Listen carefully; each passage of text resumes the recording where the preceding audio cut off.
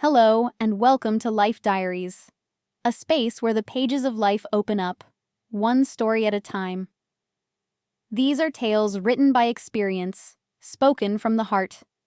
Take a moment for yourself, and let's begin.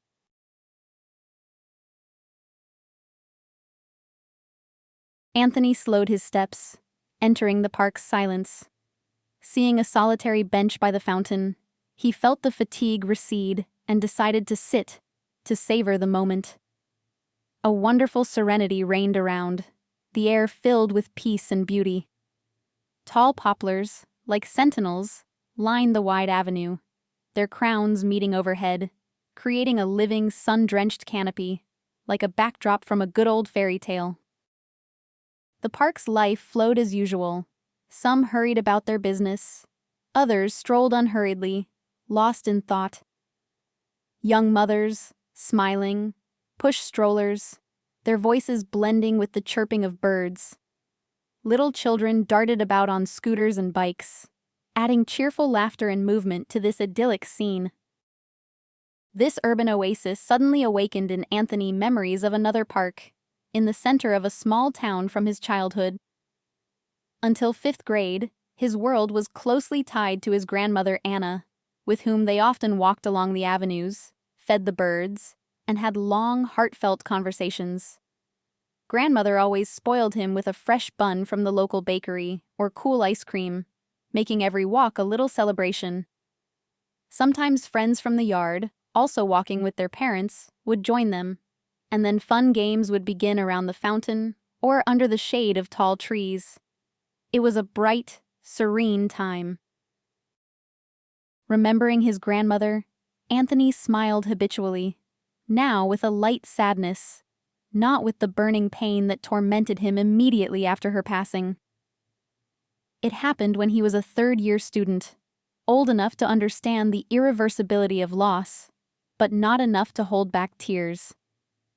Grandmother Anna was, perhaps, the closest and dearest person, the only one who truly understood him. He often thought of her, especially at life's crossroads, wondering how she would have reacted to certain events. He was tormented by regret that she couldn't see his successes and share in the joy of his victories, of which, incidentally, there were many. Anthony graduated from university with honors, becoming a qualified young engineer, exactly as his grandmother had once dreamed. It was she who first saw in little Anthony not just a fascination with construction sets, but an ability to create astonishingly symmetrical and well-thought-out structures, intuitively sensing the correct proportions. Grandmother Anna discovered his mathematical abilities even before school. He has a brilliant mind, a future talented engineer. A great future awaits him, she often said proudly, looking at her grandson, while his mother merely smiled. Anthony, though small, understood that his mother considered his grandmother's words a manifestation of blind love, but his grandmother turned out to be right about everything, except, perhaps, the great future. Anthony indeed showed himself to be a talented mathematician from his first days at school. While classmates struggled to grasp the basics, he easily solved problems for older grades. His teacher, seeing his potential, gave him extra assignments so he wouldn't get bored, and his grandmother worked with him at home. Having worked in an architectural bureau until retirement, and being a decent mathematician herself, she believed Anthony took after her, and was immensely proud of it. "Ah, it's a pity Grandpa can't see what you've become," she would sigh, looking at another certificate from the City Olympiad. Grandpa died when Anthony was only a few months old, but his grandmother often talked about him, missing her husband. He was a surgeon, passionate, attentive, thoughtful, loved and respected in the town. He passed away right at work, a sudden attack, and the doctors couldn't save him. Anthony had never seen his grandfather, but this didn't prevent him from loving him, as his grandmother, and, to a lesser extent, his mother created a vivid, almost tangible image in his mind. Numerous photographs, carefully kept by his grandmother, completed the picture. Thus, his grandfather, invisibly yet tangibly, was present in Anthony's life. But the boy didn't know his father at all. As he grew up, Anthony, of course, began to ask questions, acutely feeling the absence of a male presence nearby. His grandmother and mother were kind and caring, but he needed someone to talk to about male topics, to kick a ball around, to discuss problems. His mother long avoided answering. His grandmother, too, invariably redirecting him to his mother. His mother would try to change the subject or claim to be busy. One day, unable to bear it any longer, she told him, "He left me as soon as he found out about the pregnancy. Ran away, that's the whole story. A common one. He was a visitor, said he was from Arkhangelsk, and who knows about that? He was just passing through. We met at a disco, he told me a pack of lies, and then disappeared. After he left, I realized I was expecting you, and decided to keep the child no matter what, although I was unsure about your father from the start. And how can you be sure about a person you barely know? My parents supported me." Then Anthony's father reappeared in their small town, coming periodically for work. He decided to find that same girl with whom he had spent a wonderful evening a few months ago. And she came to the meeting already with a rounded belly. Anthony's father disappeared again, and all his mother knew about him was his name and the city, and even that, possibly, was unreliable. "He never looked for him," his mother sighed. "Why? He knew where I lived. If he had wanted to, he would have found me himself. But he ran away, got scared. I don't even blame him. It's such an ugly story. I'm sorry it turned out this way." Anthony was old enough to understand how difficult it was for his mother to remember those times. She apparently felt she had been frivolous, and then abandoned in a not-so-nice way. His mother looked vulnerable in this story, which is why she didn't want to tell it, but it was important for Anthony to know the truth. His mother's confession shattered his illusions. The boy stopped dreaming of meeting his father, stopped imagining him as a hero who couldn't be around because of important and dangerous work. Until he was about 10, Anthony lived with his grandmother, and then moved in with his mother, who rented an apartment near the Mathematical Lyceum. Getting to school became easier, and although he was old enough and didn't need his grandmother's constant care, Anthony visited her every weekend. He missed her, his childhood room, the cat Bulik, that unique atmosphere that reigned in the apartment where his early childhood was spent. At the new Lyceum, Anthony was struck by his first love, so strong it was hard to put into words, and at the same time, unrequited. The object of his feelings was Vicky, a girl from another class, with whom they crossed paths during physical education classes. Anthony didn't shine in sports. He was an excellent student and a gold medalist in all subjects. His report card was full of A's, but in physical education, he clearly had a strained C. He never liked these lessons until their class started being combined with the 6th B. It was impossible not to notice Vicky, tall, slender, light, and graceful, like a panther. Anthony watched her movements spellbound, following how her long, shiny, melted chocolate-colored hair shimmered as she moved. At school, Vicky often wore her hair down, but in physical education, she always tied it in a high ponytail. And Anthony liked this hairstyle, which revealed her perfect face. He could admire her straight nose, her dark, arched eyebrows, her plump, beautifully curved lips, and her huge eyes of an unreal turquoise hue, shining on her tanned skin like two lakes. Vicky was a true beauty and knew it perfectly well, and everyone noticed her beauty. A crowd of admirers always swarmed around Vicky, and she, friendly and amiable with everyone, didn't chase them away, but also didn't let anyone get too close, which secretly pleased Anthony. He himself was not among Vicky's obvious admirers. He simply lacked the courage for that. Mostly popular guys hung around her, handsome, athletic, confident, and with an excellent sense of humor. And Anthony had never been like that. As his grandmother predicted, Anthony's talent fully blossomed within the walls of the specialized school. Teachers praised him, worked with him additionally, gave him more complex problems. In his class, he quickly became the one from whom you could always copy homework, and the guy never refused anyone.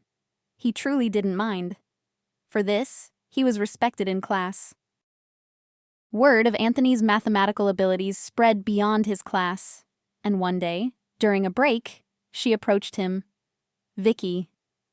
Instead of gym clothes, she wore a black dress with a white collar, highlighting her slender figure. Anthony was completely flustered by her closeness for a moment. "Hi," Vicky smiled radiantly. "My name is Vicky. Our gym class is at the same time as yours. Do you remember me?" She was asking if he remembered her. If only this beauty knew how much time his thoughts took up. Anthony nodded weakly, unable to utter a word because of the emotions raging inside him. Vicky herself had come up to him. She was talking to him. It was a strange, unreal, but incredibly pleasant situation. "You see," Vicky continued, hesitating a little, "the math teacher gave us a take-home test, a difficult one. I didn't understand anything there, and it's a crucial grade for me. If I get a C, that's it, a C for the quarter. My mom will kill me then. Will you help me out?"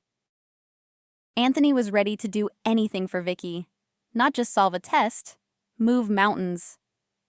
"Of course," he agreed. Joy flashed in her turquoise eyes. "Thank you." Vicky impulsively hugged Anthony. "You really are great. No wonder the girls from your class say so." After that incident, Vicky and Anthony didn't become friends, but he suddenly began to exist for her.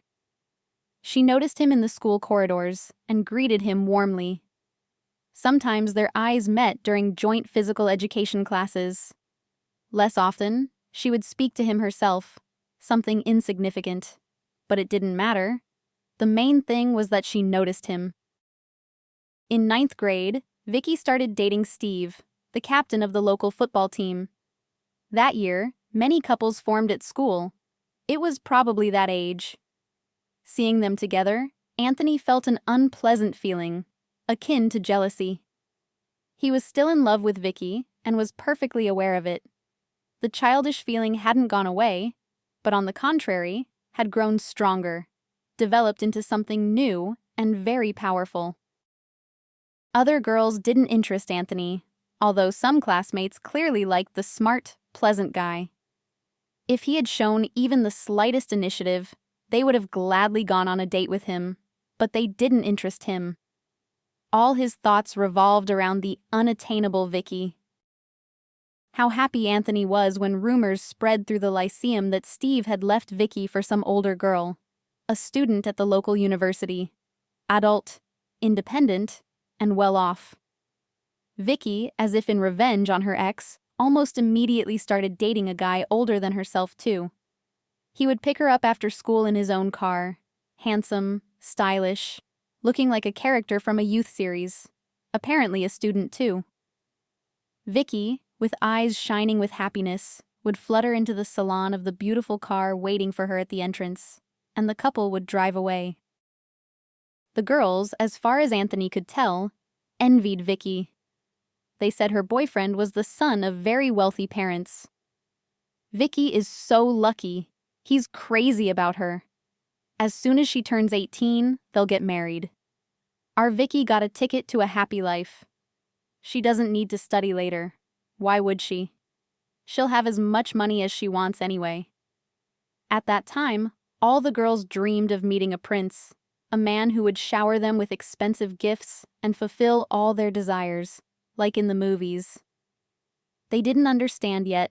They were young. They didn't think that free cheese is only in a mousetrap. Against the background of Vicky's new admirer, Anthony felt like a complete nobody. How could he compare to such a prince? That one had a car and rich parents. And Anthony? Just an ordinary guy. And then there was graduation, admission to university. Life somehow got busy, spun around. Vicky surfaced in his thoughts out of the corner of his eye at the very first reunion of former classmates, 2 years after graduation. Anthony learned that the girl's predictions had come true. Vicky had indeed married her suitor as soon as she turned 18 and hadn't gone to study. Apparently, her new father-in-law had found her a job as a secretary in his company. Vicky earned fabulous money, drove her own car, lived with her husband in a luxurious apartment in the city center, and often flew abroad for holidays. In short, she had realized the collective dream of the local girls. "How lucky!" former classmates repeated in various ways, listening to Vicky's story. She herself didn't come to the reunion, as she was on holiday with her husband in the Maldives. One of her friends even showed photos of the beautiful and happy couple from the beach. The pictures looked like stills from a Hollywood movie. Anthony returned home after that evening in a sad mood. He had gone there only for Vicky, wanting to see her turquoise eyes, maybe even exchange a few words. Over the years, Anthony had grown up, become more confident, perhaps even dared to speak about his feelings. It seemed to him that the relationship with the adult golden boy was already in the past. He hoped for it. For some reason, he thought Vicky was free and open to communication, but no. Now she was a married lady. Her life had become completely different. Perhaps this was what she dreamed of. She was envied. Of course, Anthony couldn't give her all that. How could he? And then life got busy again. Studies, exams, Olympiads, projects. Anthony, as a promising young specialist, was hired part-time by a large oil company, Spectre, while still a student. You couldn't get in there off the street, although many aspired to, as salaries there were 3 to 4 times higher than the regional average. Anthony even felt dizzy at first when the transfer came through. True, he also had to work hard. Combining study and work was not easy, but Anthony managed, and managed well. His grandmother and mother predicted a great future for him, were proud of their son and grandson. Later, only his mother was proud, because his grandmother suddenly passed away. Anthony fell into apathy, from which he was helped to emerge, again, by his beloved and very interesting work. And also by the thought that his grandmother would have been hurt to see him in such a state. She would have wanted her grandson to live a full life, rejoice in every day, socialize a lot, and develop. Anthony thought he had forgotten Vicky. No, memories of first childhood love stay with a person forever. But there were no more torments and worries about the impossibility of that union.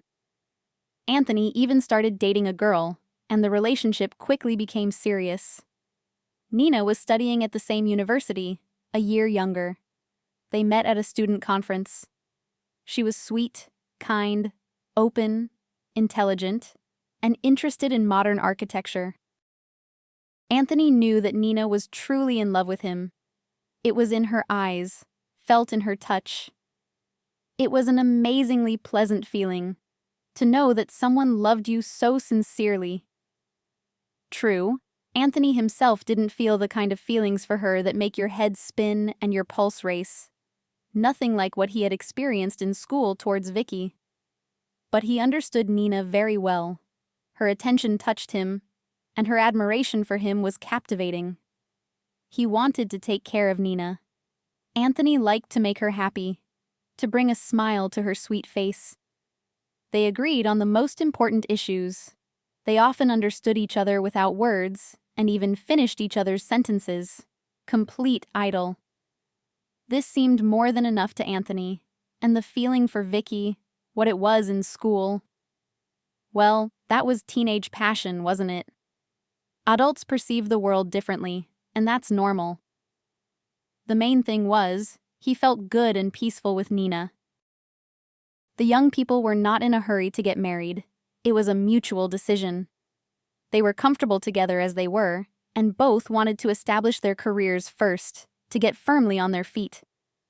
Neither Nina, nor Anthony, nor their mutual acquaintances doubted that they would marry sooner or later. It was a foregone conclusion. Anthony graduated from university first, and of course he was hired by that very oil company full-time. His salary increased several times, and the volume and complexity of tasks also grew. Nina followed suit with her diploma. The promising graduate was gladly hired by an architectural bureau on the recommendation of the rector. The girl's eyes glowed with enthusiasm when she told Anthony about her new job, and the guy understood her, feeling the same way himself. Nina even moved in with Anthony, who by that time could afford to buy his own apartment and had managed to renovate it. They lived like the most ordinary family and, of course, were planning a wedding because, well, they had been together for so long, and everything planned was coming true rapidly. Why drag it out, right? Both decided to postpone having children for now, but to formalize the relationship. Nina dreamed of a summer wedding, wanted a light white dress, an outdoor photo session, a celebration on the bank of the local wide river. Anthony supported his fiancée. He liked every one of her suggestions. Or maybe he just didn't care. Honestly, the wedding details interested him little. His thoughts were occupied by another major project. It happened in February. Nina had gone to visit her parents in a neighboring town for a while. She had been meaning to visit them for a long time, and suddenly she had accumulated several days off. That day, Anthony and his colleagues had secured a large sum from the company's economists for an important project, and someone suggested celebrating. Anthony gladly agreed. The negotiations had been tense, nerve-wracking, and he wanted to relax a little. They decided to go to a bar in the city center. Al, one of Anthony's colleagues and comrades, assured them that it had the best live music, delicious beer, and beautiful girls. A bar it was, no one objected. Almost all the tables and seats at the bar were occupied, but for Al, as a regular, the administrator found a small sofa in the corner, and the company settled in comfortably. Conversations, jokes, laughter, they made plans for the hard-won funds, dreamed that their new idea would bring the company big money. And then Anthony couldn't believe his eyes. He saw her. Vicky. His head swam, his pulse quickened, sweat broke out on his back, just like in his youth. She still had a huge influence on him, an adult and successful man. His feelings, it turned out, hadn't gone anywhere, hadn't changed. But Vicky? Yes, Vicky had changed a lot, but she still attracted Anthony, as if by a magnet. Incredible. When Anthony noticed Vicky, she was standing at the counter talking to a waitress. The girls were smiling at each other. It was clear they had a good relationship. Vicky. It was her smile. Her long, milk chocolate-colored hair fell freely over her shoulders. Her turquoise eyes and her tanned, beautiful face still shone. But now there was something elusive in them, either a hidden sadness or anxiety. Anthony hadn't noticed this in his school years.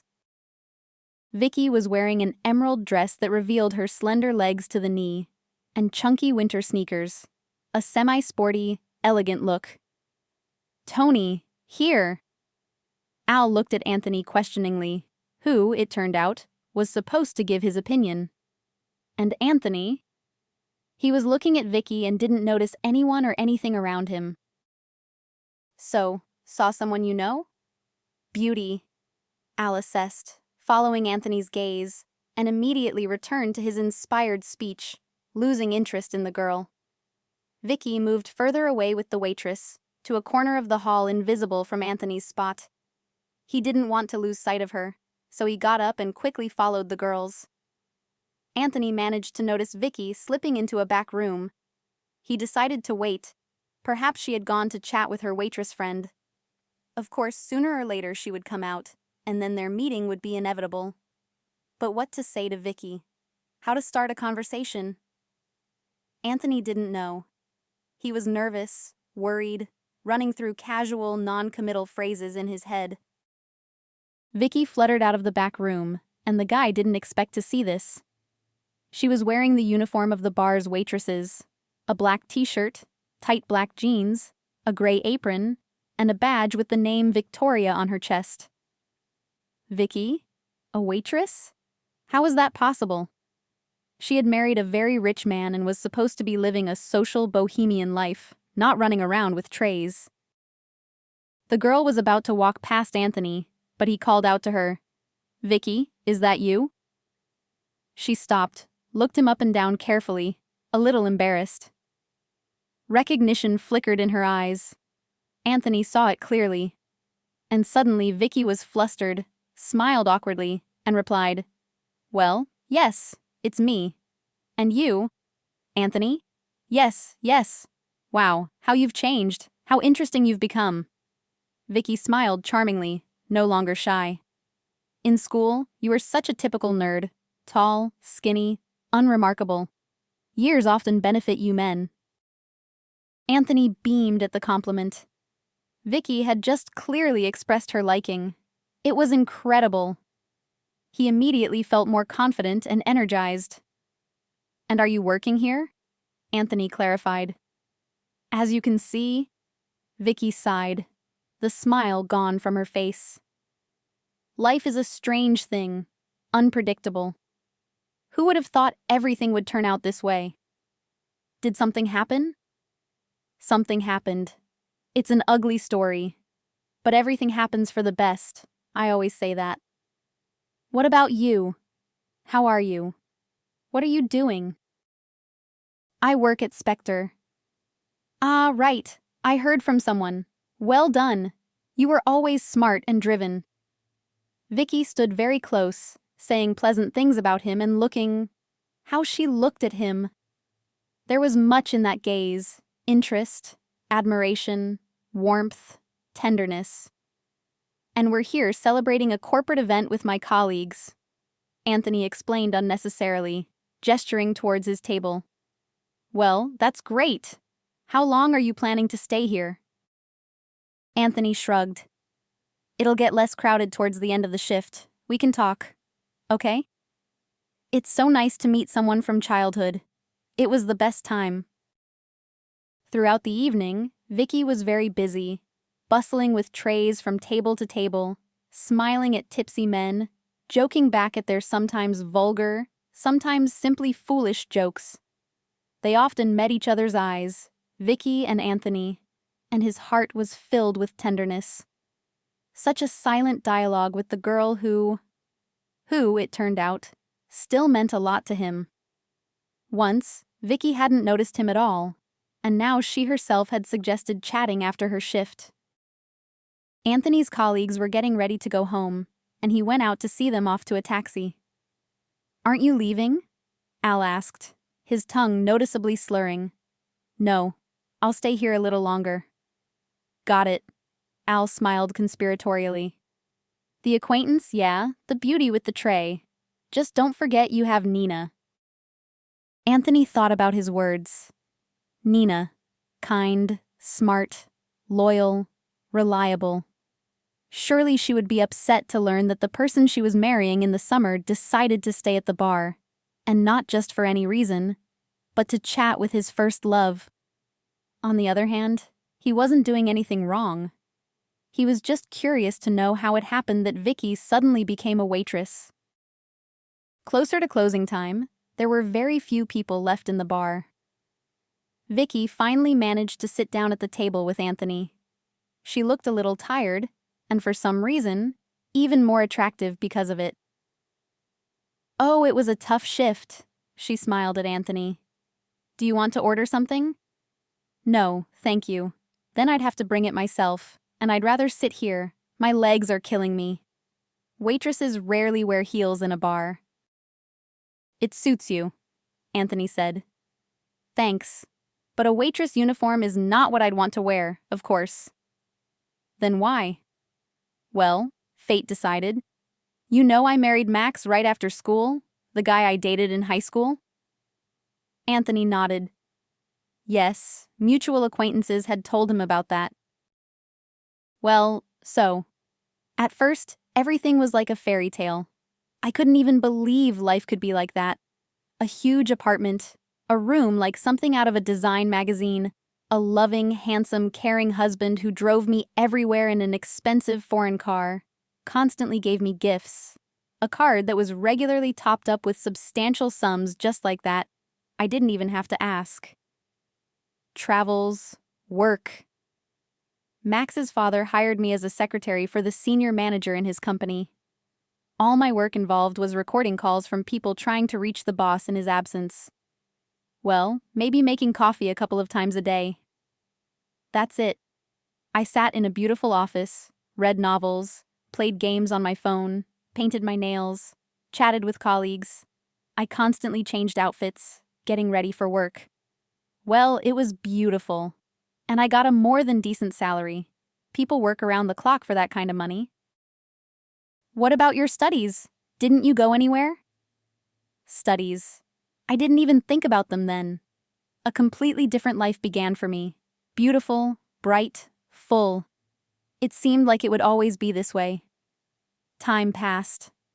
Always attentive and considerate, Max changed. He started staying late at work. Then endless business trips began, from which my husband somehow returned with a bronze tan.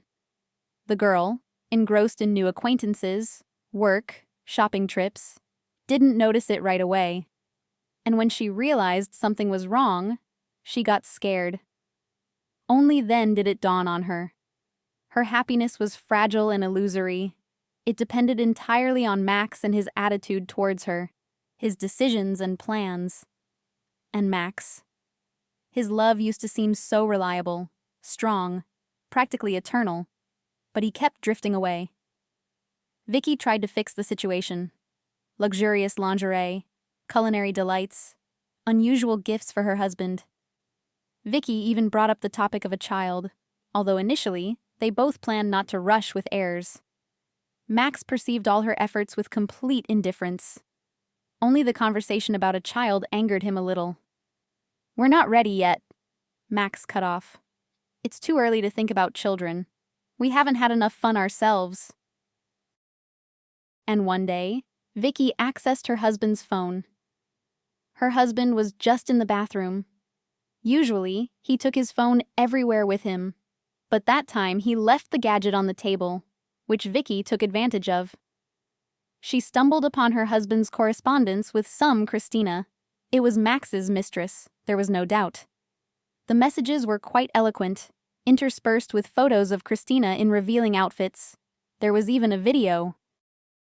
Vicky expected her husband to at least start making excuses, but he just shrugged, as if to say, "What's the big deal?" In his worldview, having a mistress was a common thing. After all, Max's father behaved the same way, and most of his friends. Men earn money and do what they want. Women endure everything and serve their masters. Everyone has their role. And Vicky, she was even ready to put up with it for the sake of a beautiful life. But oh, if it weren't for Christina. Vicky felt a threat in Christina. She tried to talk to her husband carefully, without insulting him, but making it clear that his behavior was unacceptable. The tactic didn't work. One day, a scandal erupted. Max called things by their names, reminded Vicky where he had taken her from and what she had gained from their union, explaining that everything has a price. Vicky felt like a nobody. No, she wasn't afraid of losing Max. He himself had become repulsive to her after what was revealed, such a pompous peacock. She was only afraid of losing her new life, which she had gotten used to. And so she resigned herself. Vicky sighed, looking thoughtfully at Anthony. "I was disgusted with myself at times, but I lived with Max, pretending to be an exemplary wife and having unearthly love when it was necessary." Something like that. Vicky tolerated Max's endless infidelities, his dismissive attitude. In return, she received unlimited amounts of money. And she didn't even put any aside for her own business, or at least a separate apartment. No. Vicky blew everything on entertainment. Beautiful clothes, trips to expensive clubs with friends, seaside holidays, luxurious perfume, and similar joys that helped her distract herself, feel happy. True, more and more often Vicky felt longing in her soul and some chilling emptiness somewhere in her chest area. Drinking helped her forget for a while, but unfortunately, not for long. And then one day, Max announced to his wife that they were getting a divorce. Casually, as if talking about some trifle. Vicky felt as if she had been punched in the gut. She even gasped for breath. She understood. She knew she would have to return to her parents' apartment. All the jointly acquired property was registered in Max's father's name, meaning she would get nothing after the divorce. Back to the shabby Khrushchev-era apartment, the constantly drunk father, the mother who counted every penny and tried to control everything. No profession in hand, no savings. A trivial story. It was her own fault. Vicky sighed sadly again. Sorry for confiding so much in you. I just burst. I'm tired of keeping everything inside. And you were always good, understanding, too wise for your years. It's nice to talk to you like this. The story indeed turned out to be comically trivial. Max met a young beauty in a club, and a romance began. The girl, no fool, got pregnant and caught Max warm. He, while his passion for the young nymphet hadn't cooled, decided to get rid of his older competitor. So Vicky returned home. She couldn't live with her parents, sold some branded clothes, pawned jewelry. This was enough to rent an apartment for 6 months. And so she went looking for work, because of course she was immediately fired from her father-in-law's company. With no formal education, she somehow managed to get a job as a waitress in a bar. I like it here, Vicky finally smiled. Good music, fun people, it's even cool. I'm so sorry, Anthony said with sympathy, looking at Vicky. That's hard.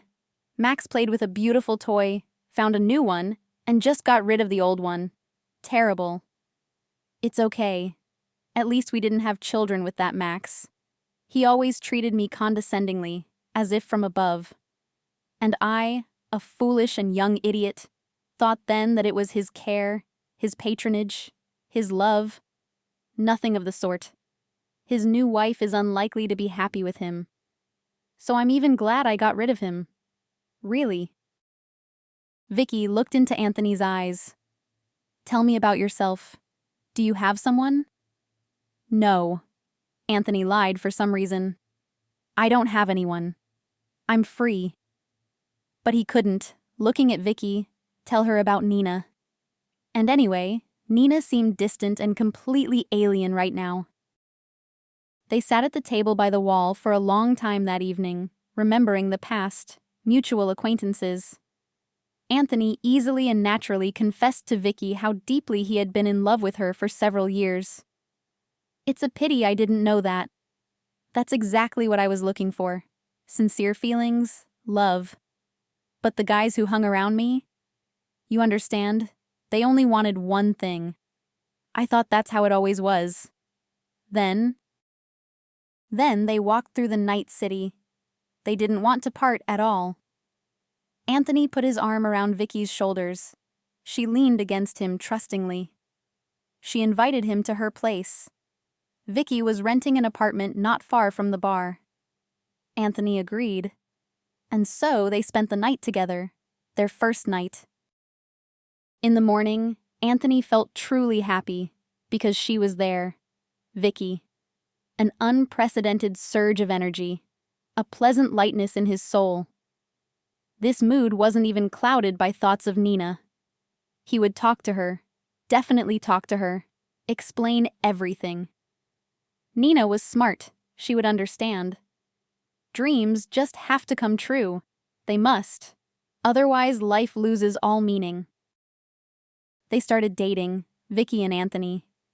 He did tell her about Nina. The man didn't hide anything from his beloved. He wanted to be sincere and honest with her. Vicky was clearly upset, tense. Distrust flickered in her eyes. This has happened to me before, she said in a fallen tone. There was a man in my life who promised he would divorce for me. He didn't. This is a completely different situation. And we're not even married.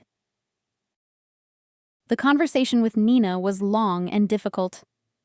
Anthony sweated as if he had unloaded 3 train cars of coal.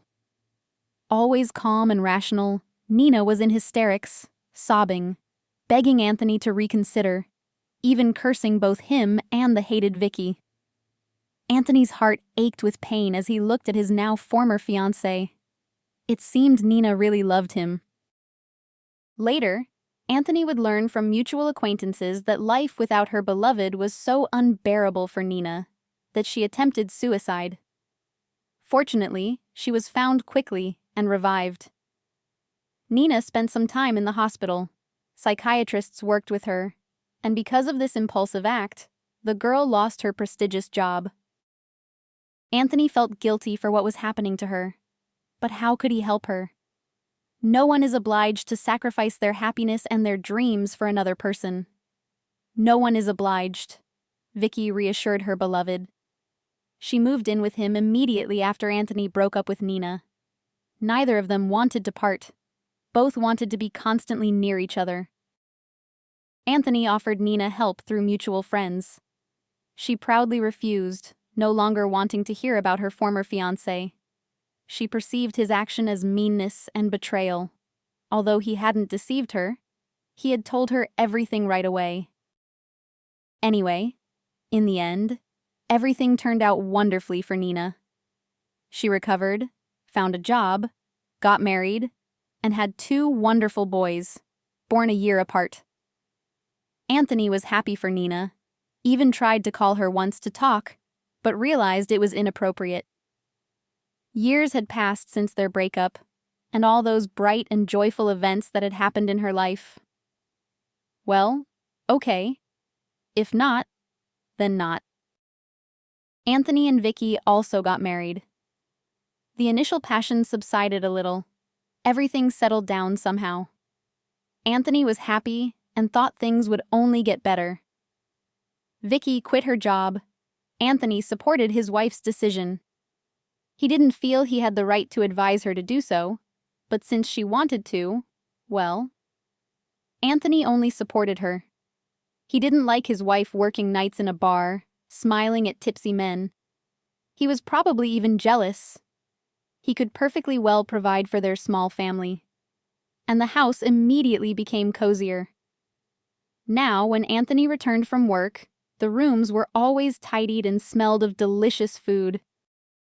Vicky was wonderful, beautiful, graceful, stunning, the best. Anthony forgave her little weaknesses, whims, demanding nature, complaints out of nowhere. It even seemed cute. And anyway, beauties are allowed a little more than others. That's an axiom. And then the unexpected happened. The Spectre Company, where Anthony had worked all these years, went bankrupt. Competitors had done their best. It was a long and dark story. Spectre was bought out by Moscow businessmen, divided, ruined, people were laid off. Anthony was suddenly out of work. No, he was quickly invited to a factory. A specialist of Anthony's level was known in the city, but the salary he was offered was 5 times less than what he had at Spectre. And even then, they met Anthony halfway. His salary was much higher than the city average. In short, they had to tighten their belts. Vicky was used to spending large sums on herself. She went to fitness clubs and spas, loved shopping, and was a regular at the local cosmetology clinic. Vicky dressed beautifully, sat with friends in restaurants, took short trips to the sea several times a year. And then all this suddenly stopped. Anthony was worried himself, but Vicky, for her, the decline in the quality of life was a tragedy. Moreover, it wasn't about temporary difficulties. Anthony simply had no prospects in this city. Vicky tried to encourage her husband to start his own business. Well, why not? You need a different kind of character for that. I'm not like that, he honestly replied. He truly didn't see himself leading a business. Not that mentality, not that drive. But he was an excellent performer. Well, yes, you need backbone for that, Like Max. Vicky shook her head in disappointment. It hurt Anthony to be compared to Max, and not in his favor. But he still never reminded his beloved how and why her relationship with her ex-husband ended. Now Vicky didn't cook, didn't clean, fundamentally didn't do housework, even though she wasn't working. I didn't sign up to be a free servant, she would tell her husband in the evenings. Anthony would sigh and go to the kitchen himself to cook them pasta with sausages or fry eggs for dinner. He forgave Vicky these unfair reproaches.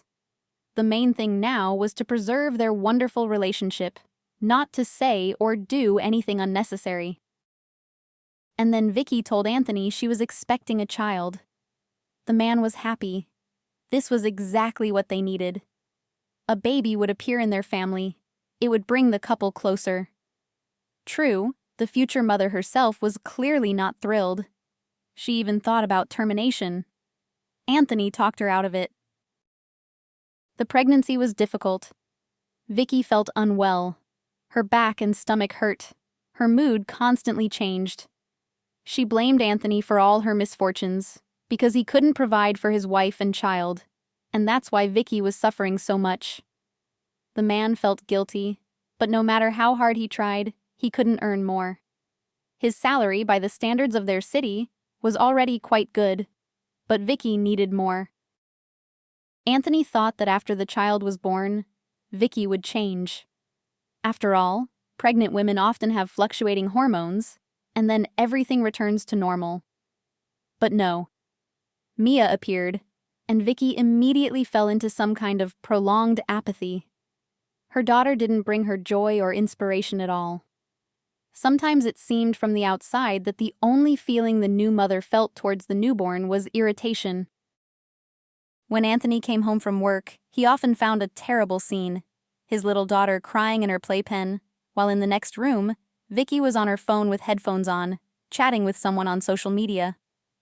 The man tried to talk to his wife about raising their daughter, very cautiously and gently, trying not to offend or hurt his other half. A child at this age needs attention, warmth, care. Are you suggesting spoiling her? Vicky flared up. Picking her up every time she whimpers, cooing at her nonstop, forgetting about myself? No, of course not. But... At this point, Vicky would interrupt him every time, and accusations would rain down on Anthony, making him feel like a nobody. Vicky screamed that she needed rest. She had brought a new person into the world, suffered for 9 months, then labor, then the forced necessity of being with the little one 24 hours a day without help, without the right to escape for even a day. You can't send me to the sea for a week. We don't have money for that. You can't hire a nanny so I can finally do what truly interests me. You have no right to tell me anything at all, so you'd better keep quiet. There was so much hatred, so much contempt in Vicky's voice and gaze that Anthony was lost every time and didn't know what to say, how to comfort his beloved. He felt like a complete nobody. It was painful to realize that the person he loved and held dear saw him as such a pathetic loser, especially since Anthony knew how sweet and friendly his wife could be. When he worked at Spectre and there was money in the house, everything was fine. So, the head of the family was to blame for what was happening between them, between the spouses. He couldn't provide for his wife and daughter properly, so everything was falling apart. Coming home from work, Anthony readily took on household chores, cooking, cleaning, playing with his daughter. He even enjoyed it. In his arms, Mia missed her dad during the day. Order gradually settled in the house. It was pleasant. Anthony even hired a nanny in the end, since his beloved found it so difficult. But Vicky was still unhappy. She didn't get along with this woman. The nanny had the audacity to point out Vicky's shortcomings in dealing with her own child, so they had to let her go. The next nanny was less talkative. Vicky would go shopping or relax at spas. Of course, she couldn't live life to the fullest as before, but Anthony tried to ensure his wife's card always had money for her entertainment. He understood. Women on maternity leave need to relax sometimes. Everyone around them kept saying so. But how Vicky behaved, of course, could hardly be called relaxation. Vicky lived some kind of life of her own. She only came home to sleep. Sometimes she would show up in the early morning, drunk and cheerful. Anthony, however, worried about Vicky. He still loved her and hoped that his wife's behavior was a postpartum state. Although Mia was almost a year old by then, who knows? The man saw how other women behaved. He himself often walked with Mia, took her to clinics, and, of course, noticed everything.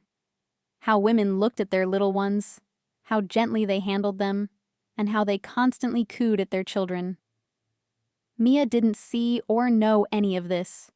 Her mother was absolutely cold and indifferent to her. Vicky touched her daughter only out of necessity, didn't approach her unnecessarily. She could come, play with Mia, or sing her songs, tell her poems. Anthony even tried to start a business after all. It seemed to him that when there was money in the family, everything would get better. Vicky would become her old self. True, as expected, nothing came of it. Anthony only lost his savings. He was already thinking about inviting Vicky to see a family therapist. He felt that you couldn't hide a needle in a sack. He even found an excellent specialist. But before the man could talk to his wife about the upcoming visit, something happened that changed everything greatly. One day, Anthony stayed late at work, returned later than usual. Vicky was still not home. Mia was with the nanny, a saintly woman who meekly endured irregular working hours and didn't comment on even Vicky's most unacceptable antics. This wasn't surprising. Vicky often returned late, or rather, early in the morning. It was Friday.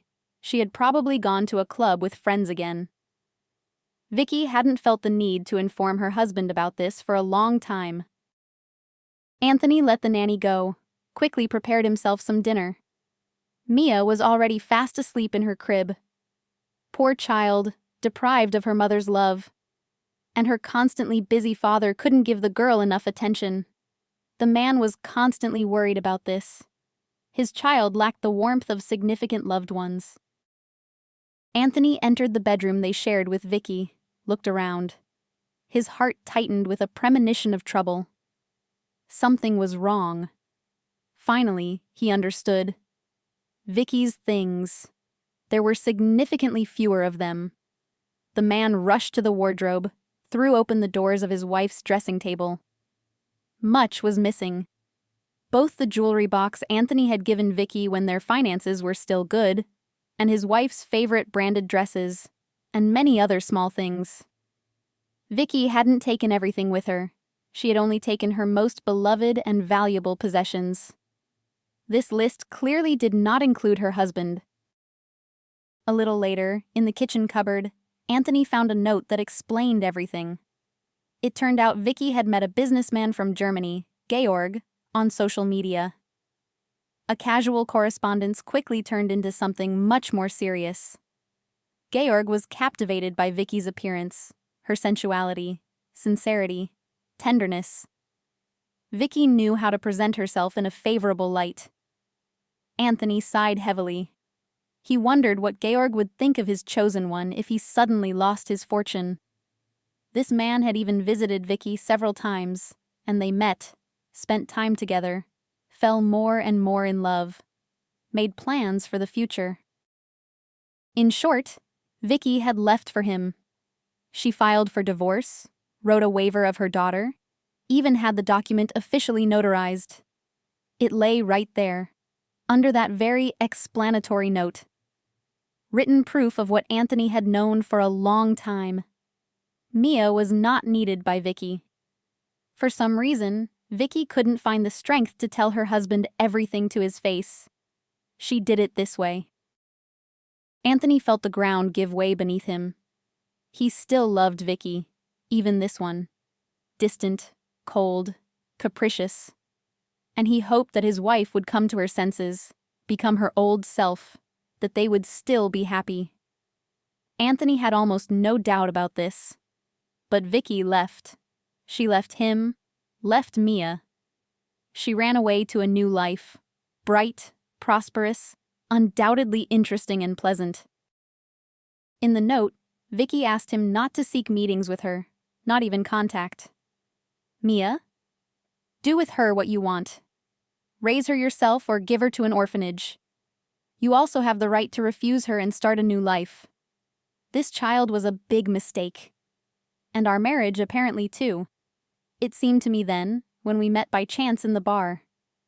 It just seemed that something was possible between us. It didn't work out. We are completely different, not suited for each other. But I still wish you personal happiness. Be happy, just like me. That was all. The letter ended there. Anthony couldn't believe that Vicky was really like that. A true monster, cold and calculating. Give Mia to an orphanage? He, Anthony, had no one closer than his daughter now. Before it seemed that there was still Vicky, that she would come to her senses, recover, become sweet and caring, loyal and understanding. After all, financial difficulties are a common thing, and they weren't that poor. Yes, they couldn't throw money around like before, but they had everything they needed and even more. Anthony, with difficulty, but still, admitted Vicky was with him only because of his money. She was in a desperate situation then, and was looking for someone who could pull her out of poverty, support her, take on all her financial issues. And such a person was found. Vicky was happy for a while. She literally twisted Anthony, who was in love with her, around her little finger. And when her husband lost his high-paying job and there was less money in the family, she started looking for another option. And the child was not an obstacle to her. Vicky indeed never showed up again. She lived in Germany. He saw photos on her social media page. He even tried to contact her but was immediately blocked. Vicky wasn't interested in her daughter. Anthony couldn't understand this at all. It seemed to him that after some time, her heart would still ache for the little one. But no, it didn't happen. Anthony obeyed fate only until it presented another sharp turn. Just a year later, Mia was suddenly diagnosed with a rare blood disease. Genetics debuted, as the professor explained. It would have happened sooner or later anyway. Mia was only 4 years old then. Endless examinations began, continuous treatment. At first, Anthony thought he needed to deal with all the problems before school, find the right therapy, stabilize his daughter's condition. He thought that medicine was so advanced now that they simply couldn't fail to help his girl. Yes, she would have to take pills all her life. Not pleasant. But what could he do? Many people do. But Mia's illness was very rare and insidious. It literally spoiled the girl's blood. The little one constantly felt tired. She was constantly nauseous. The nanny, who looked after Mia almost around the clock, worried about the girl and even cried. Looking at this kind woman, Anthony thought of Vicky. She didn't even know what trouble her daughter was in. And if she did know, would she help in any way? The man, after so many years, tried to reach out to his ex-wife again. She didn't want to know about him. Georg had already married her. They were even raising a little son, Mia's half-brother. And judging by the photos Anthony sometimes saw on social media, Vicky was a very doting mother to this child. This gave him hope. Perhaps now Vicky understood how important a mother is to a little one. Perhaps the news of her daughter's illness would not leave her indifferent. Suddenly she might help Mia in some way, find some German professor who would prescribe new treatment, and Mia would get better. But Vicky categorically refused to communicate with her ex-husband, and she didn't want to know anything about her daughter either. However, Anthony did manage to tell her what had happened to Mia. He had to do it through one of Vicky's friends. She asked me to tell you to forget about her existence. As if she doesn't exist at all. As if she died. That same friend, Vicky's former classmate, later relayed to Anthony. That's what she said. After this conversation, Anthony understood that he would have to rely only on himself. There was no more hope for Vicky. No, she had definitively and irrevocably erased her ex-husband, and even her daughter, from her life. And Anthony continued the fight for his beloved Mia's health alone. He had no one closer or dearer. Mia grew up absolutely her dad's girl and looked at her father with eyes as if she saw an omnipotent demigod before her. Anthony couldn't let her down. Mia grew up to be a kind, smiling girl. Despite her illness, she tried to enjoy life.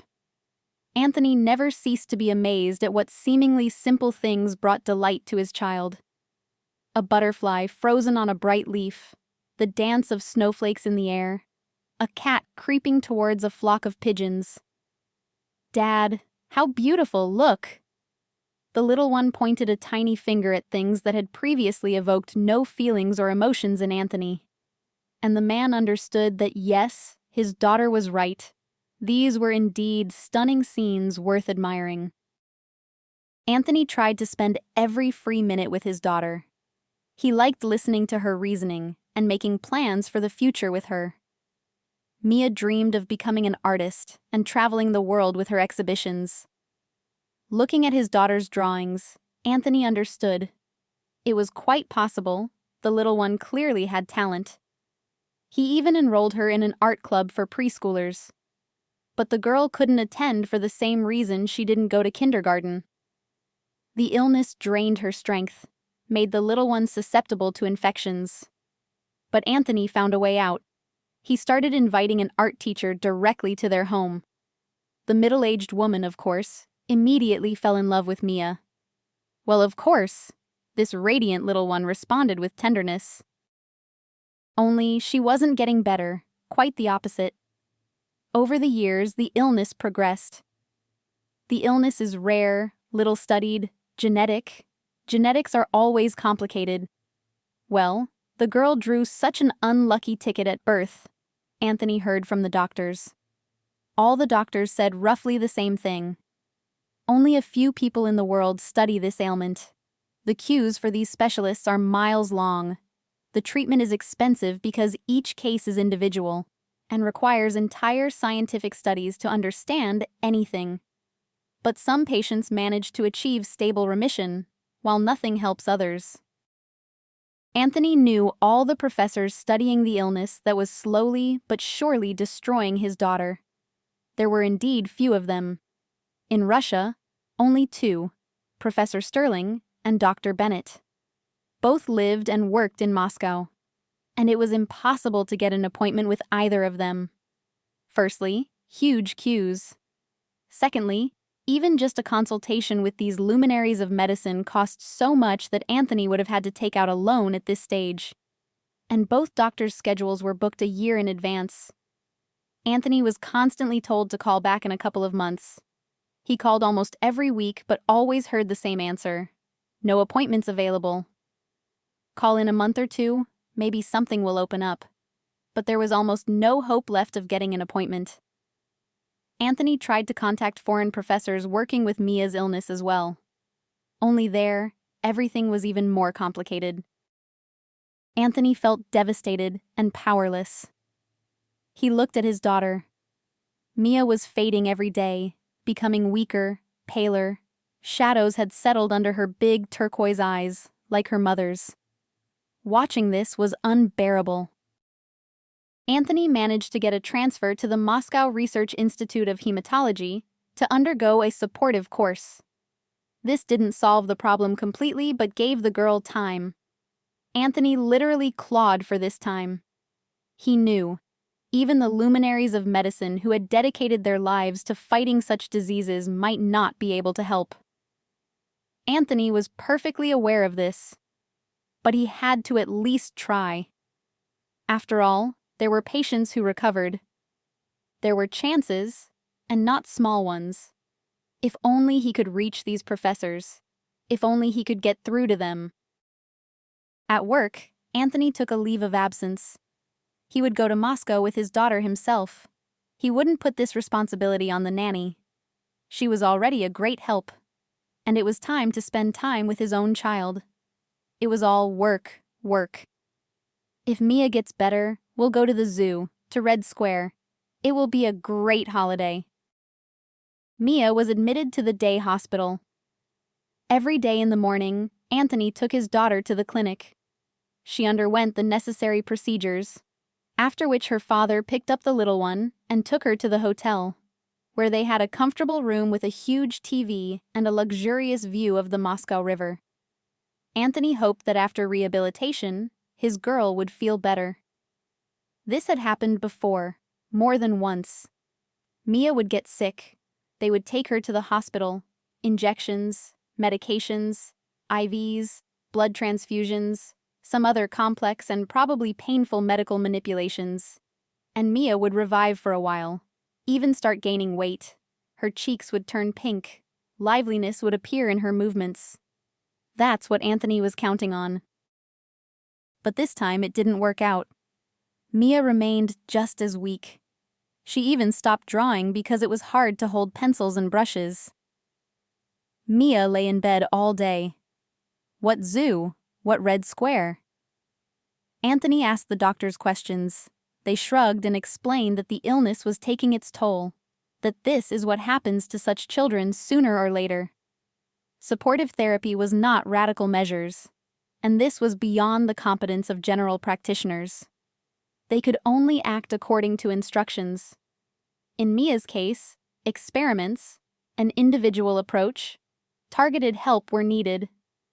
It all came down to the girl needing to see Bennett or Sterling as soon as possible. Anthony tried to get his daughter admitted to the hospital for round-the-clock medical supervision. Her condition kept worsening. The unhappy father feared that one night, or maybe during the day, something terrible would happen, and he would be all alone and unable to help his girl in any way. "No beds available," the doctors replied. "And your girl doesn't have urgent indications. This is her condition. It's quite stable for now and expected. She doesn't need emergency help right now." Anthony understood. Mia was fading. If he didn't arrange an appointment with one of the professors right now, while they were in Moscow, if he took his daughter home after rehabilitation, nothing would help Mia anymore. Just the thought of it made him feel hot. And Anthony decided, no, he wouldn't leave. He would ambush these doctors, wait for them after work, break right into the operating room, and force one of them to see Mia. Even if he had to serve time for his actions later, he would achieve his goal. And now Anthony was sitting on a bench in the park for this very reason. Opposite, across the road, was the hospital where Sterling worked. Bennett had suddenly been sent to some international conference. Only Sterling remained, whose workload, for obvious reasons, had increased after his colleague's departure. Anthony knew what this doctor looked like. A middle-aged man, a little older than himself, dark hair, attentive brown eyes, clearly defined cheekbones, a straight nose, a strong chin. Anthony had been staking out Sterling near the clinic for several days. He would wait until Mia fell asleep and then go to his post. It was a pity he couldn't be away for long. Mia, he didn't want to leave her completely alone, but while the little one was sleeping, he could stand guard. He hadn't managed to catch Sterling. The plan was obviously not very successful. He needed to get into the hospital, find the doctor, force him to see Mia. First beg, then, maybe, threaten. The desperate father was ready for anything. Anxious thoughts spun in his head. In Anthony's soul, in recent days, there had been anger and hatred, and also envy of the parents of healthy children who didn't understand their happiness. Anthony himself didn't like these feelings. He had always considered himself a generally good person. His beloved grandmother had raised him that way. But he was ready for terrible things, even crimes. Anything, just to save Mia. If necessary, he would take one of Sterling's relatives hostage, and then he would have to see Mia. Of course, the consequences for him, Anthony, would be terrible. But what could he do? At least Mia would stay alive, if he was lucky. Why are you so sad? A clear, ringing voice distracted Anthony from his dark thoughts. The man turned around. A thin boy of about 7 was sitting next to him on the bench. The child was a little older than Mia. Big blue eyes, a freckled, upturned nose, a curious gaze. The boy badly needed a haircut. His long, light brown hair stuck out haphazardly. His clothes... It was clear that his parents were caring but very poor. Old, worn clothes, obviously handed down from someone. The style was too outdated. His sneakers were worn and dusty. But the sweater was neatly darned. "Why are you so sad?" the boy asked again. "Me? No, I'm not sad. Just thinking." "No, I can see you are. Don't worry, everything is fine. It often happens like this. First it's bad, and then everything gets better. Sooner or later." "You're right." Anthony smiled. It was impossible not to smile, looking into those clear blue eyes. This boy was somehow sincere, bright, real. He radiated a special energy. An amazing child. "And why are you walking alone here? Where are your parents?" Anthony looked around. After all, the boy was too young to walk alone, and he wasn't being very cautious. He sat down next to him, an adult stranger, and started a conversation. Who knows who he might meet along the way? "Alone. Grandma is sick today, and I came here to see a friend. He waits for me every day. I help him, and he helps me." "It sounds like you and he are true friends." Anthony smiled. "Keep in touch. Such friendship is a great rarity." "I know," the boy smiled. He was missing 2 front teeth, so his smile was funny and touching at the same time. What a wonderful boy he was. And he talked so well, easily, naturally. The only thing that bothered him was that such a young child was walking alone. "Grandma is sick, and your parents are working, I guess? That's why you're here alone? Does Grandma know where her grandson is? Or did you leave without asking?" "She knows, yes. Don't worry. I'm big now. I understand everything. And I know how to cross the road, and I'm wary of bad people." "Anthony, I'm a stranger to you. I don't know you. And you're talking to me like this." "You're good," the little boy said with childish spontaneity. "You can see it right away." Tears welled up in Anthony's eyes for some reason. A trusting, sweet child. Calling him good, not knowing the heavy thoughts currently in his head. Anthony was already ready to commit almost a crime for his daughter. And this boy thought he was good. Anyone could deceive him like this. A defenseless, trusting child. Still, it's better not to talk to strangers. People, come in all kinds. Parents said, didn't say. The boy shook his head. "I don't know them. I don't remember my parents. Grandma raised me, and my parents died when I was very small. They were in an accident, and that was it. I was in the car too, but I survived and wasn't even hurt. Grandma said angels saved me because I still have to grow up and make this world better." "That's quite a story you have," Anthony said slowly. He looked at the boy with completely different eyes now. Yes, life probably wasn't easy for the boy. But he was so open, kind, sociable. He was going to save the world. "My name is Matthew, by the way." The young interlocutor finally introduced himself. "And yours is Anthony, Uncle Anthony." A woman in a green coat, a vendor of fresh pastries, rolled a portable cart past the bench. "Buns, sweet buns, hot from the oven. Who wants buns?" It didn't escape Anthony's notice how Matthew watched that cart. And then it dawned on the man. The child was from a clearly very poor family. He must be hungry. "Matthew, did you have breakfast today?"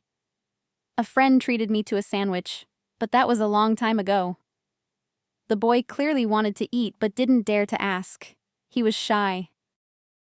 Anthony got up, walked over to the woman with the cart, and bought 2 fluffy raisin buns from her. He held one out to Matthew, who immediately sank his teeth into the treat like a hungry wolf cub. Watching the child devour the bun with such appetite was a pure pleasure, especially after Anthony had spent the whole morning unsuccessfully trying to feed Mia porridge. She hadn't eaten anything lately. "Is the second bun for you?" Matthew asked. "Why aren't you eating? It's very tasty." "No, it's for my daughter," Anthony replied. He thought maybe Mia would want to try at least a piece of the fragrant pastry. He would be happy if she managed even a quarter. "Do you have a daughter? What's her name? How old is she?" "Mia. She just turned 6. Why didn't you take her to the park with you? The weather is so nice. We could have walked, run around." "You see, Matthew, Mia is sick. A fever." The naive little one. He probably didn't know yet that there were worse illnesses in the world. "No, it's much more serious. If it were just a fever, it's related to the blood, something hematological." Anthony stared at the little one. Where did he know such words from? The phrase he had just uttered didn't fit the look of the freckled, toothless, tousled first grader. "Wow, where did you get such knowledge?" "My friend knows a lot about illnesses. He tells me sometimes," Matthew explained. "You know, your daughter needs fresh air and good emotions." "I agree," Anthony sighed. Matthew surprised him more and more. "But Mia is too weak. It's hard for her to walk. Then maybe I can come to your place? Do you live far away? I want to become a doctor when I grow up. I already know how to heal a little. It always helps Grandma when I put my hand on her forehead. She says she feels better right away." "And would Grandma mind if you went to visit strangers?" "She wouldn't," the little one assured him. "She knows I can tell people apart, and I stay away from bad ones." On the one hand, this amazing boy was right. Mia really needed positive emotions. Anthony didn't know how to cheer up his daughter anymore. She was indifferent to toys, watched cartoons without interest. The girl couldn't eat chocolates and other sweets now. She simply didn't want to. Mia clearly lacked interaction with other children. Once she dreamed of going to kindergarten, or at least playing with the neighborhood kids on the playground. She talked about it a lot. But it didn't work out. The girl couldn't fit into a children's group at all. She was too weak and sickly. And here was Matthew with such a tempting offer.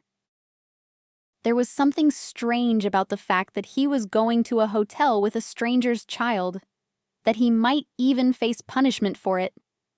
Although, of course, he wasn't going to do anything bad to Matthew, quite the opposite.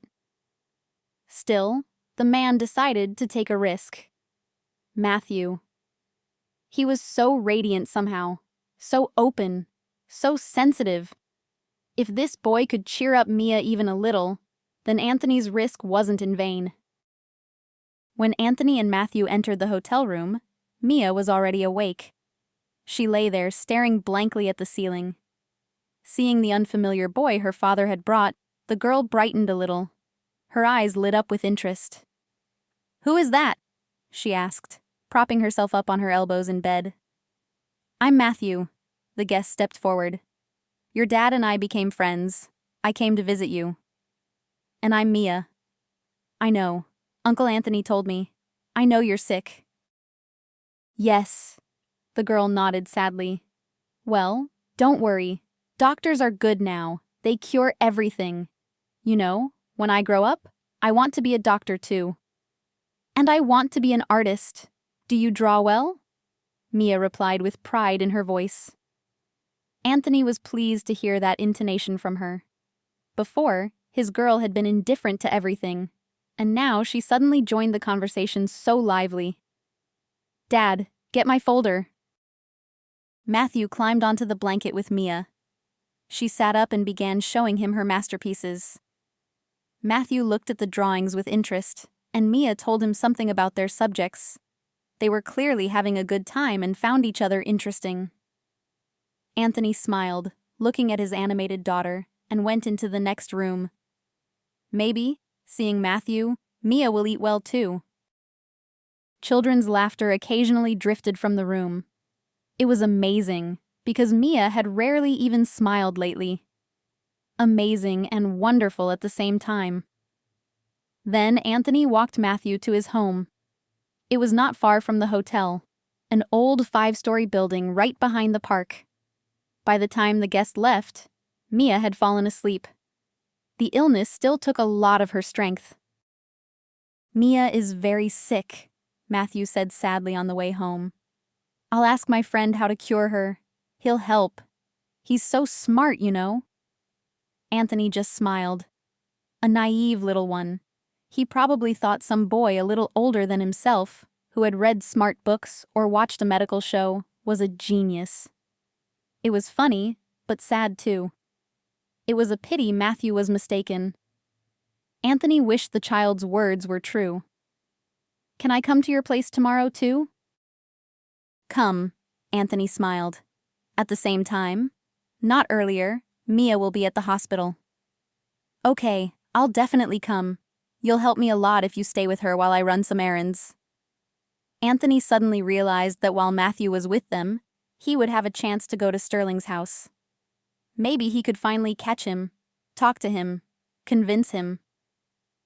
"I'll definitely stay with Mia. She's such a good girl, not like Maisie the show-off from the yard. Mia really draws beautifully."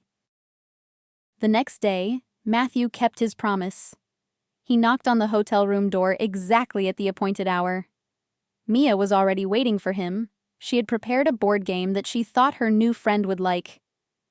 Anthony met Matthew and went to the other side of the city, to Sterling's house. It was located in a prestigious area. Anthony took a waiting position. He couldn't wait long.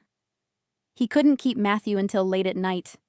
His grandmother must be worried already. Mia was sleeping again when Anthony returned. The man noted that she was even paler than usual. "She's gotten worse." Matthew looked at Anthony with eyes full of despair. "Can I come to your place tomorrow with my friend? He'll definitely help her. He's the smartest and kindest person in the world." Of course, of course. Come with your friend." Anthony, upset by his daughter's condition and another failure, allowed. "The more people, the merrier. Mia will be happy to see your friend." "You too," Matthew promised. "You'll be happy to see him too. You'll see." During the night, Mia got worse. Her temperature rose and she started shivering. Anthony managed to stop the attack by calling an ambulance, but the doctors said that the supportive measures were just a little more, and neither pills nor medicine would cope with these attacks. Mia was already asleep, but he still held her thin hand, stroked her slender fingers, and thought about where and how he could find Sterling. He could go straight to the hospital, threaten, persuade. But there were so many people around, medical staff, security. They would quickly escort him out, and even call the police. No, he needed to ambush the doctor somewhere else. The next day began as usual. Anthony woke his daughter, tried to get her to eat some porridge with fruit. Mia managed a couple of spoonfuls, refused the rest.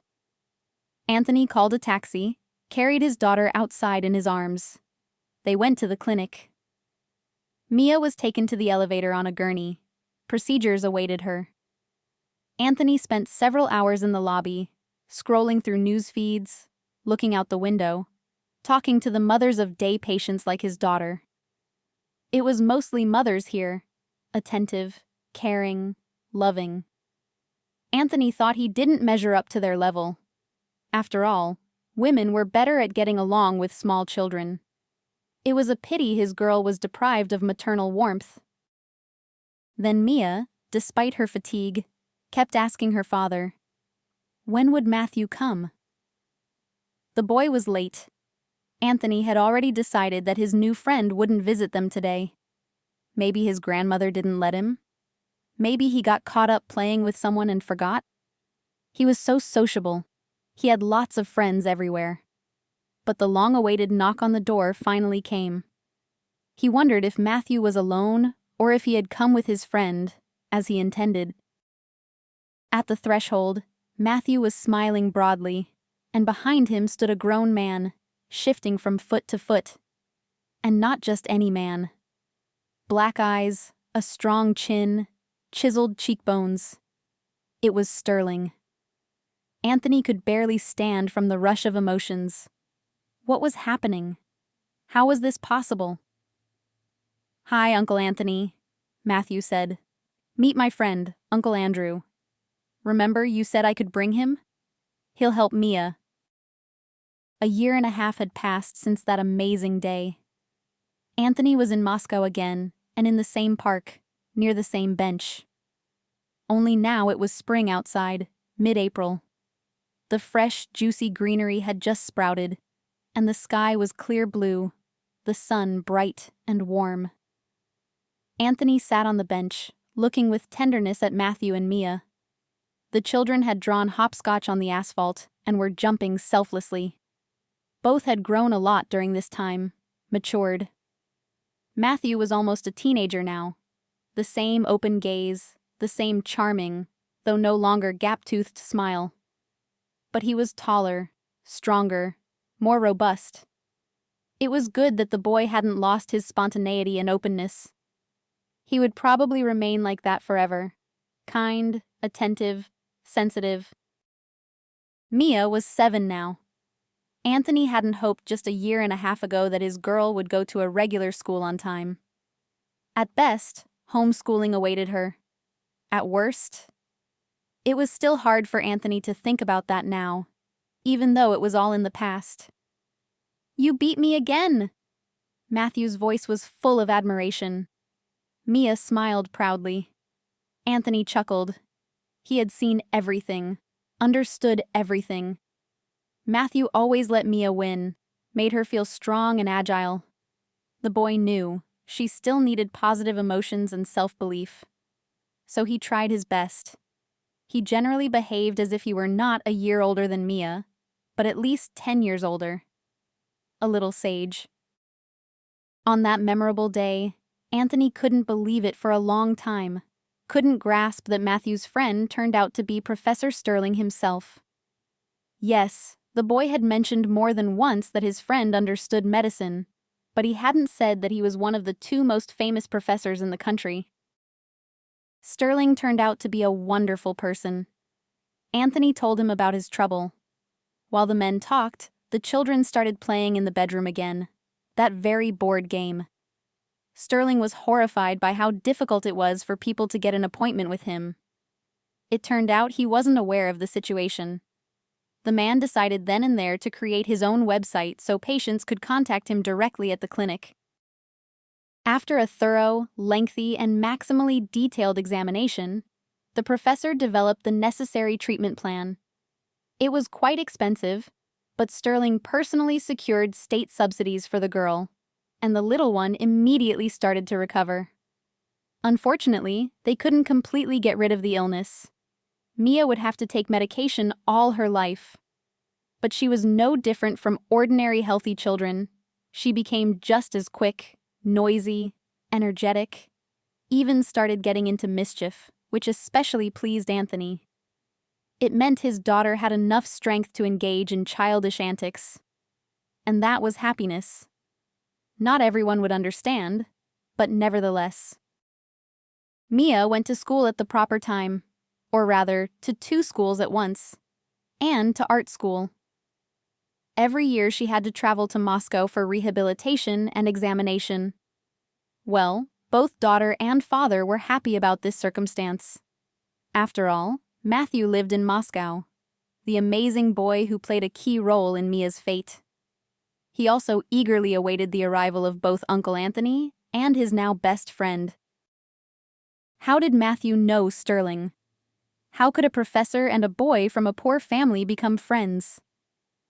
Matthew met Andrew at the hospital, where the boy's grandmother was taken one day with a heart attack. The little one was very worried about his only relative, cried, couldn't calm down at all. Sterling was the one who managed to help Matthew. He talked to him, gave him water.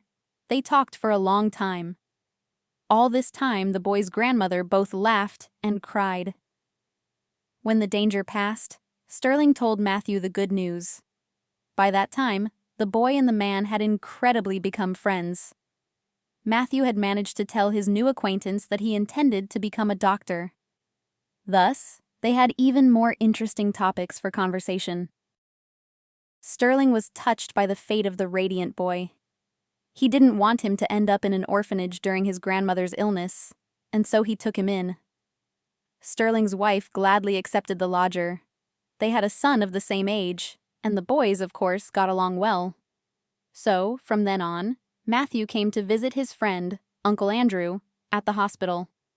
And he, despite being busy, never refused the boy conversation and generally participated in his fate in every way, as he understood. It was difficult for an elderly woman to cope with a grandson alone. When Matthew, tears smearing his cheeks, told Sterling about Mia, he simply couldn't remain indifferent. Moreover, it seemed that the illness was precisely what the professor was studying. Anthony and Sterling were now also on friendly terms. Andrew personally made sure that his signature was always on the reports about Mia's condition. Most often, of course, they talked about Matthew. The boy's fate was now important to both of them. "He's a wonderful kid," Anthony said. "I wish I had a son like that." "Smart, and most importantly, sensitive," Sterling agreed. "The most necessary combination for a future doctor. He will become a doctor who saves more than one life."